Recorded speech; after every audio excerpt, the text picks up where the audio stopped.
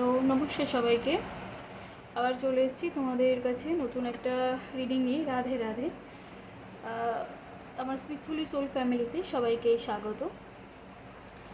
দুপুরে দেখবো তোমার পার্টনার এবং তোমার কি কারেন্ট ফিলিংস আছে, তোমার পার্টনারের তোমাকে নিয়ে কি কারেন্ট ফিলিংস আছে। তো এটা general reading, timeless reading, gender specific নয়।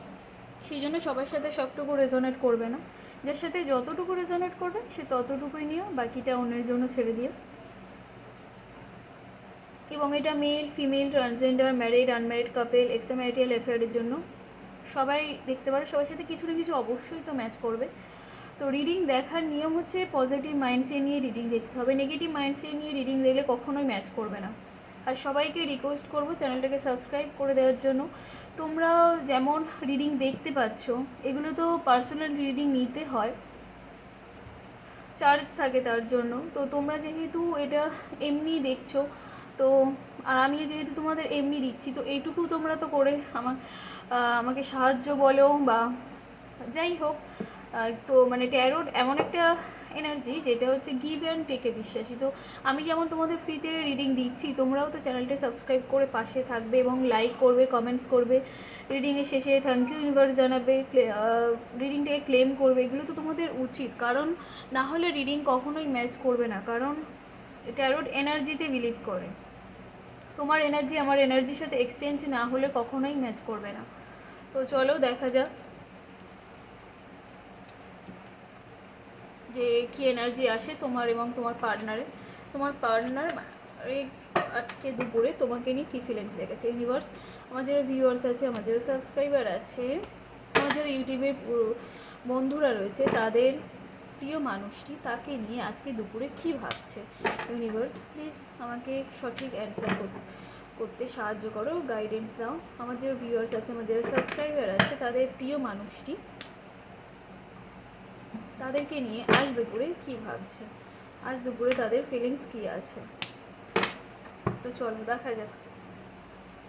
আমি আবারও বলছি যে আমি আর কার্ডের সামনটা শো করব না, আমি পিছন থেকে রিড করে তোমাদেরকে বলবো, যেহেতু আমার চ্যানেলটা বারবার স্ট্রাইক করছে তো বলবো না। 10 অফ সর্টস মানে আজকে দুপুরেও ভীষণ দুঃখ কষ্ট পাচ্ছে মানুষটা, খুব একটা ভালো নেই।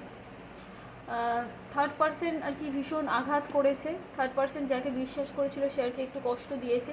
ওনার বিরুদ্ধে হয়তো পারিবারিক কোনো ঝামেলা হচ্ছে বা চক্রান্ত হচ্ছে বা ষড়যন্ত্র হচ্ছে ওনার ওপরেই, মানে তোমার প্রিয় মানুষটির ওপরেই এখন হচ্ছে। কোথাও গিয়ে আজকের দিনে হার্ট ব্রেক করে গিয়েছে, মানে হৃদয়টা একদম ক্ষতবিক্ষত। উনি বারবার মনে করছে, রিপেন্ট করছে, বারবার মনে হচ্ছে যে আমি বোধহয় ভুল করে ফেলেছি, আমার বোধহয় এই ভুলটা করা উচিত হয়নি। তো ওনার বারবার এই জিনিসটা মনে হচ্ছে। সাথে এটা মনে হচ্ছে যে উনি কোথাও গিয়ে একটু ইম্যাচিওরের মতো কাজ করে ফেলেছে। এই ভুলটা বোধহয় না করলেই ভালো হতো, ওনার লাইফটা এত সমস্যা ক্রিয়েট হতো না, এরকম মনে হচ্ছে। ইউনিভার্সের কাছে কোনো জিনিস নিয়ে প্রে করছেন যে ইউনিভার্স আমার এই উইশটা পূরণ করে দাও। সকালের খানিকটা এনার্জি এখনও এসছে, যেহেতু একই মানুষ তো এনার্জি তো খুব একটা বেশি মানে চেঞ্জ হবে না, একটু ওলট পালট হবে, এটাই নিয়ম। উনি এখন ফিউচারের কথা ভাবছে, যেহেতু উনি এখন এরকম একটা পরিস্থিতিতে আছে, উনি ভাবছে আমার ফিউচারটা তাহলে হবে এটা কি, এরকমভাবে চলতে থাকলে আমি কী করব, এরকম চিন্তাভাবনা ওনার, যে আমার ফিউচারে আদৌ কি স্টেবিলিটি আছে বা আমি ফিউচারে কি আদৌ কিছু গ্রো করতে পারবো। ওনার ওপর এখনও নেগেটিভিটি রয়েছে, হয়তো ব্ল্যাক ম্যাজিকের খানিকটা প্রভাব ছিল সেই জন্য। একজন এক্সপিরিয়েন্স মানুষ, কিন্তু ইনি একজন এক্সপিরিয়েন্স মানুষ হয়ে ওনার লাইফে যে এত কিছু ঘটতে পারে উনি সেটাই অবাক হয়ে যাচ্ছে। ওনার মানে ভুল তো করে ফেলেছেন, সেখানে গিয়ে মনে হচ্ছে যে আমি ভুলটা না করলে এত কিছু হতো না, আমি একটা বোকামো করে ফেলেছি, ভুল করে ফেলেছি। এই মানুষটা হুটহাট সিদ্ধান্ত নিয়ে ফেলে, সেই জন্যই আর কি লাইফে এত সমস্যা। ইনি নতুন বিগিনিং চাইছে, ইনি নতুন বিগিনিং চাইছে, নতুন শুরু করতে চাইছে সব কিছুর, এবং একটা শেষ জায়গায় দাঁড়িয়ে আছে, সেই জন্যই উনি নতুন বিগিনিংটা করতে চাইছে, নিউ বিগিনিং চাইছে। তোমার দিকেও মানে ভীষণ টান অনুভব করছে এখন, যেহেতু থার্ড পার্সন কষ্ট দিয়েছে, ওনার দিক থেকে একদম পিছন ফিরতে পারছে না। তোমার দিকে, তোমার প্রতি তো ভীষণ টান অনুভব করছে। ওনার সামনে প্রচুর অপশান রয়েছে, কিন্তু উনি এখনও কোনো অপশান চয়েস করতে পারেনি। যে কোনো দুটো সিদ্ধান্তের মধ্যে উনি আটকে গিয়েছে। ইমোশনাল, ভীষণ ইমোশনাল, দুপুরেও এনার্জি ভীষণ ইমোশনাল, থার্ড পার্সনের কাছ থেকে সরে যাওয়ার চিন্তাভাবনা নিচ্ছেই নি, ইমোশনাল হয়ে রয়েছে, স্টেবিলিটির কথা ভাবছে যে ফিউচারে কি মানে আমার অবস্থাটা কি হবে, ফিউচারটা আমার কি হবে, এরকমভাবে চলতে থাকলে আমি কি করব। উনি সেলিব্রেশন চাইছে, দুপুরবেলায় উনি কোনো সেলিব্রেশন করতে চাইছে, যেগুলো থেকে বেরোতে হয়তো বন্ধুবান্ধবদের সাথে কোথাও যাওয়ার প্ল্যান করছে, যে সবাই মিলে যে একটু সেলিব্রেট করি, একটু আনন্দ করি, কারণ এগুলো থেকে একটু বেরোতে হবে, উনি একটু বেরোতে চাইছে, একটু রিলিফ পেতে চাইছে। তো এই ছিল কারেন্ট ফিলিংস আজকে দুপুরে। সবাই কেমন লাগলো অবশ্যই জানিও। আর রিডিংটা শেষে অবশ্যই করে রিডিংটাকে ক্লেম করো এবং ইউনিভার্সকে থ্যাংক ইউ জানিও। আর সবাইকে বলবো যারা রিডিং দেখছো অবশ্যই করে প্লিজ চ্যানেলটাকে সাবস্ক্রাইব করে দিও, তাহলে আর নতুন নতুন রিডিং দেখতে থাকবে আর পেতে পারো তোমরা, এবং নিজের প্রিয় মানুষের সম্পর্কে প্রতিটা মুহূর্তের আপডেট তোমরা পেতে পারো।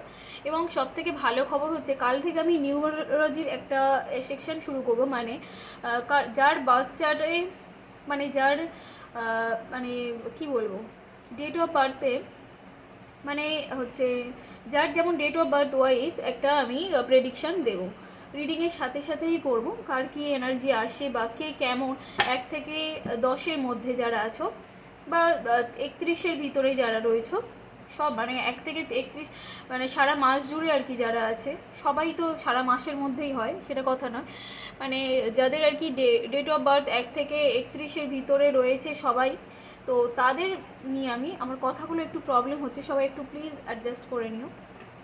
তো সবার ডেট অফ বার্থ ওয়াইজ আমি কিছু কিছু মানে কথা বলবো যেগুলো নিজেদের সাথে ম্যাচ করছে কিনা অবশ্যই করে দেখবে, এবং সেই অনুযায়ী আমি রিডিংটা করব। তো কাল পরশু থেকে ইচ্ছা আছে এরকম নিউরোলজি বাচ্চার অনুযায়ী আমার রিডিং করার, তো দেখা যাক কী হয়, আশা করছি করতে পারো। তো সবাই রিডিংটাকে ক্লেম করো, ভালো থেকো, বাই সবাইকে।